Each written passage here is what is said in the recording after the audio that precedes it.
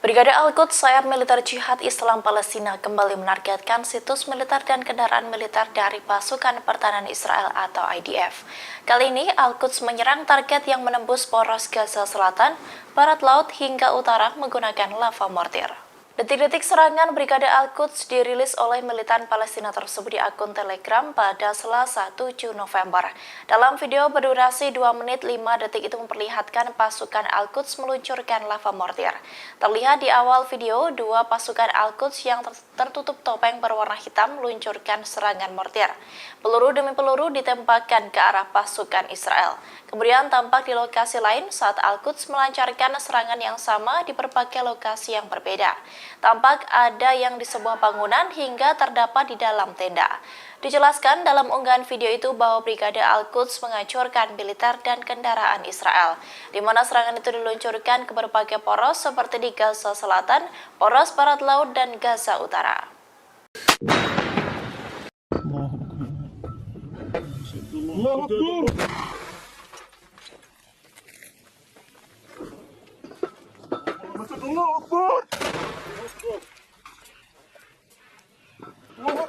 اللهم سجد الله.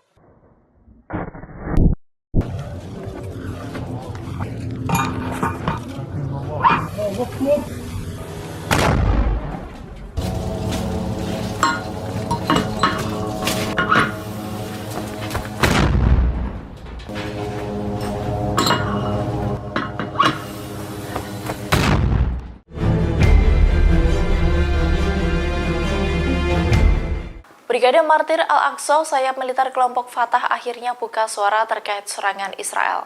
Mereka pun berjanji akan turun ikut berperang melawan Zionis. Bahkan Fatah mengancam akan membakar setiap tempat yang ada di Israel. Kelompok tersebut naik pitam dan merasa dendam ke Israel karena pasukan Zionis telah menggempur tepi barat. Serangan di wilayah tersebut semakin meningkat baik dari frekuensi dan intensitasnya dalam 24 hingga 48 jam terakhir. Brigade Martir Al-Aqsa mendapat laporan terkait penggerebekan yang sedang berlangsung di Tulkarem. Di sana sebanyak 25 kendaraan militer dan sejumlah besar personel militer menyerang wilayah tersebut. Sebuah unit taktis kecil bahkan menyamar dengan menggunakan kendaraan sipil dan menewaskan sedikitnya 4 orang. Selama insiden mematikan di Tulkarem, pasukan Israel mengatakan mereka menembak tersangka pejuang bersenjata. Beberapa jam setelah penembakan itu, Brigade Martir Al-Aqsa mengeluarkan pernyataan video yang menjanjikan balas dendam atas pembunuhan tersebut. Sebelumnya, Brigade Khalil Al-Rahman yang merupakan bagian dari Brigade Martir Al-Aqsa melayangkan ancaman yang serupa. Juru bicara Brigade Khalil Al-Rahman bahkan menegaskan bahwa tepi barat tak akan tinggal diam. Pasukannya akan membakar seluruh Israel di setiap gang maupun tempat di negara tersebut. Mereka juga mengancam bahwa Israel akan melihat kobaran api di Tel Aviv, Haifa, Jaffa, dan di mana-mana.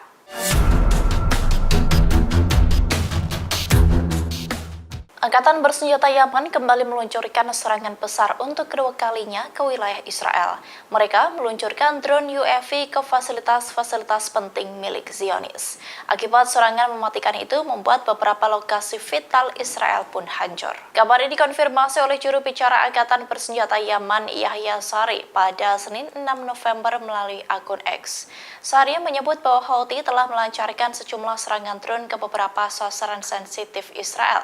Bahkan, ia memastikan adanya korban jiwa dalam serangan ganas tersebut. Serangan itu pun sampai mengakibatkan pangkalan dan bandara yang diserang tidak berfungsi. Sari pun menegaskan bahwa Houthi akan terus melakukan operasi militer untuk mendukung rakyat Palestina yang tertindas. Selain itu, serangan akan dilakukan sebagai tanggapan atas seruan rakyat besar Yaman sampai agresi Israel di jalur Gaza berakhir. Diketahui bahwa Yaman telah melancarkan beberapa serangan terhadap Israel, di mana serangan pertama Yaman berhasil dicegat oleh Amerika Serikat dan Arab Saudi. Kemudian serangan kedua dilakukan seusai deklarasi perang dan dilakukan dalam jumlah besar. Akibat serangan itu bahkan membuat kota Eilat di Israel dihujani oleh drone dari Yaman.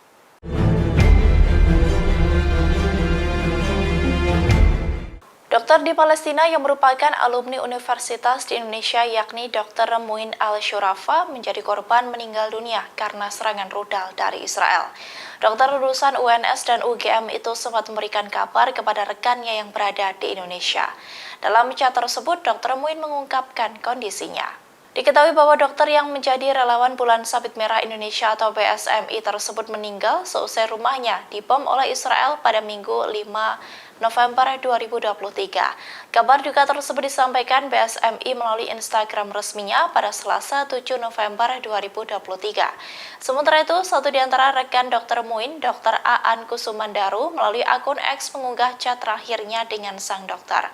Ia menyebut bahwa Dr. Muin adalah satu teman alma maternya. Menurut Dr. Aan, Dr. Muin sempat mengirim pesan pada medio Oktober 2023 yang mengabarkan bahwa dirinya sehat. Selain itu, sang dokter juga sempat mengirim foto sedang berada di rumah sakit di Gaza dan meminta doa. Namun, Dr. Muin sempat putus kontak dengan Dr. Aan sejak internet putus di Gaza. Kemudian pada 30 Oktober, Dr. Aan mengunggah chat dari Dr. Muin. Dalam chat tersebut, Dr. Muin mengatakan bahwa bank di Gaza seluruhnya diblokir sehingga tidak bisa mengirim bantuan melalui bank. Selain itu, sang dokter kembali mengabarkan bahwa dirinya baik-baik saja. Ia juga berterima kasih kepada Dr. Aan yang mendoakan jika kondisi di Gaza akan segera pulih. Dr. Aan juga mendoakan agar Tuhan selalu melindungi Dr. Muin dan keluarganya.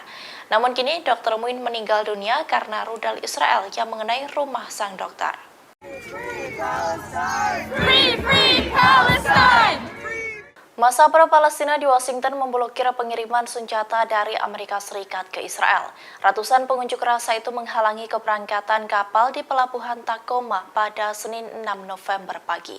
Terlihat ratusan massa pro-Palestina memblokade pelabuhan tersebut. Mereka juga membawa tulisan yang bertuliskan penolakan perang terhadap Israel dan Hamas. Kerumunan massa itu juga meneriakkan bebaskan Palestina dan keadilan sambil berbaris di dekat pelabuhan. Selain itu, bendera Palestina pun juga dikibarkan oleh massa. Para pengunjuk rasa dilaporkan berupaya menyebabkan kemacetan lalu lintas. Mereka juga memblokir gerbang yang dapat digunakan untuk memuat kapal MV KP Orlando. Berdasarkan informasi rahasia, kapal KP Orlando akan memuat senjata yang ditujukan ke Israel. Sebelumnya, protes yang sama sempat terjadi di pelabuhan Oakland di California pada Jumat 3 November kemarin. Aksi demonstrasi berlangsung di pelabuhan Oakland, California mulai pagi hingga sore hari. Sejumlah massa nekat menaiki kapal menggunakan tangga tali. Akibatnya, jadwal pelayaran kapal tertunda hingga beberapa jam. Diketahui bahwa kedua aksi tersebut dipimpin oleh Arab Resource Organizing Center yang berbasis di San Francisco. People power! People power! Justice! Justice! People power! People power! Justice!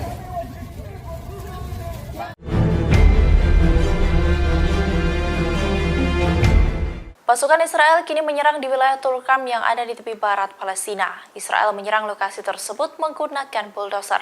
Namun bulldozer milik pasukan pertahanan Israel atau IDF itu pun dihancurkan oleh militan Palestina hingga meledak tak bersisa. Video detik-detik kehancuran bulldozer itu diunggah oleh media Al Mayadin di akun X pada 7 November. Dalam video terlihat bulldozer Israel melintasi sebuah pemukiman di Tulkarm. Namun secara tiba-tiba bulldozer tersebut meledak hebat. Bahkan karena kerasnya ledakan menyebabkan bulldozer itu terpental dan terbakar. Dari keterangan di video dijelaskan bahwa pejuang Palestina meledakkan bulldozer Israel selama penyerbuan di kamp Tulkarm di tepi barat. Namun tak diketahui militan Palestina mana yang menyerang bulldozer tersebut. Diketahui sebelumnya, Brigade Martir Al-Aqsa, sayap militer kelompok Fatah sempat melayangkan ancaman. Mereka menjanjikan balas dendam atas penyerangan Israel di tepi barat. Sebab kini Israel semakin meningkatkan serangan baik dari frekuensi dan intensitasnya selama 24 hingga 48 jam terakhir.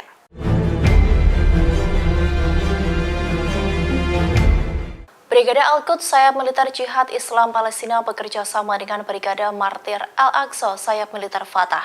Keduanya menggagalkan serangan IDF di Tulkarem menggunakan alat peledak dan tembakan. Brigade Al-Quds dan Brigade Martir Al-Aqsa mengatakan pada Selasa 7 November mereka mengagalkan penyusupan dari Israel ke Tulkarem. Selain itu, beberapa kendaraan militer pun rusak selama konfrontasi berlangsung. Mereka juga mengungkapkan bahwa unit tekniknya menargetkan kendaraan Israel menggunakan IED yang mengakibatkan serangan langsung. Kelompok itu menyatakan bahwa para pejuangnya menghadapi kendaraan pendudukan yang masuk dari lingkungan Al-Balauneh. Mereka menyerangnya menggunakan rentetan peluru dan alat peledak. Sebelumnya, Brigade Martir Al-Aqsa, sayap militer kelompok Fatah, sempat berjanji akan ikut berperang melawan Israel. Mereka berjanji akan balas dendam atas pembunuhan warga di Tulkarem. Brigade Khalil Al-Rahman yang merupakan bagian dari Brigade Martir Al-Aqsa menegaskan bahwa mereka juga tak akan tinggal diam. Pasukannya akan membakar seluruh Israel di setiap gang maupun tempat di negara tersebut.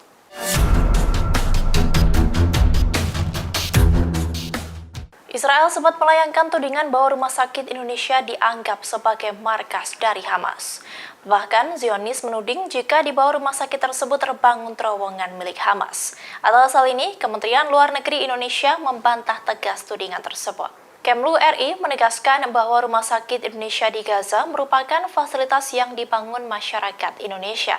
Tujuan pembangunan tersebut sepenuhnya untuk kemanusiaan dan melayani kebutuhan medis masyarakat Palestina di Gaza. Sebelumnya, bantahan juga disampaikan oleh Presidium Medical Emergency Rescue Committee atau MERSI, Dr. Henry Hidayatullah. Henry menjelaskan jika rumah sakit Indonesia yang dibangun di Gaza hanya untuk mengobati masyarakat yang membutuhkan. Oleh sebab itu, mulai dari proses pembangunan, desain, dan segala hal terkaitnya disesuaikan dengan kebutuhan rumah sakit. Diketahui bahwa bantahan itu muncul setelah juru bicara IDF Laksamana Muda Dani Hagari mengungkapkan tudingannya. Pihaknya mengatakan rumah sakit Indonesia di Gaza dibangun di atas jaringan terowongan Hamas. Selain itu, Israel juga menuduh rumah sakit Indonesia melindungi jaringan terowongan itu dari pengeboman karena berada di bawah rumah sakit.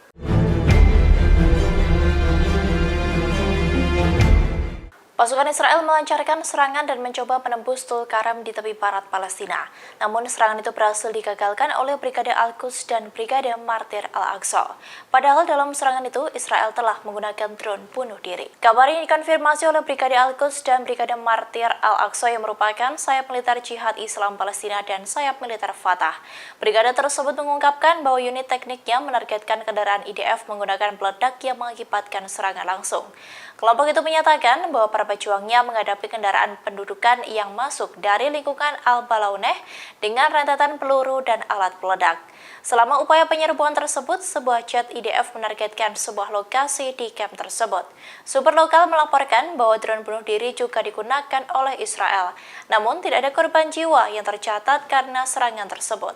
Sumber-sumber Palestina melaporkan bahwa pasukan militer Israel dalam jumlah besar menyerbu Tulkarem disertai dengan bulldozer militer. Selama penyerangan, bulldozer melakukan penggalian dan pembongkaran jalan. Media Palestina mengatakan bahwa militan Palestina menargetkan penarikan pasukan pendudukan Israel dengan tembakan.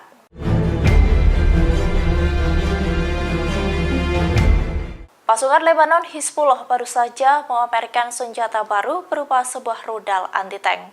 Rudal-rudal itu mampu mengancam kelompok Angkatan Laut Amerika Serikat yang berada di Mediterania Timur. Melalui unggahan di media sosial Telegram pada Senin 6 November, Hizbullah memamerkan rudal tersebut. Dari video rudal berwarna putih itu tampak berjajar rapi di sebuah peti. Rudal dari Lebanon itu tampak berukuran besar. Dari keterangan video dijelaskan bahwa rudal anti kapal itu mengancam kelompok Angkatan Laut Amerika di Mediterania Timur. Rudal-rudal itu diklaim berasal dari Iran sehingga menimbulkan ancaman tertentu. Diketahui bahwa saat ini Hizbullah tidak menyerang pasukan Amerika secara langsung. Namun pasukan Lebanon itu melakukan perang darat di perbatasan Israel dan Lebanon. Mereka menembakkan berbagai rudal ke wilayah Israel dan menghantam situs-situs militernya. Bahkan belum lama ini, Hizbullah baru saja meluncurkan beberapa lusin roket ke Israel. Sementara itu, kapal milik Amerika Serikat sempat mencegat rudal yang ditembakkan dari Yaman.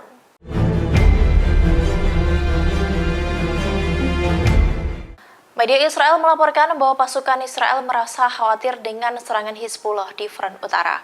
Hal itu karena serangan pasukan Lebanon tersebut yang dinilai cepat dan tepat. Bahkan hal itu menjadi tantangan besar untuk Israel. Koresponden Militer Channel 12 Nir Dufori mengatakan bagian utara merupakan tantangan besar yang tidak dapat diatasi oleh Israel sendirian.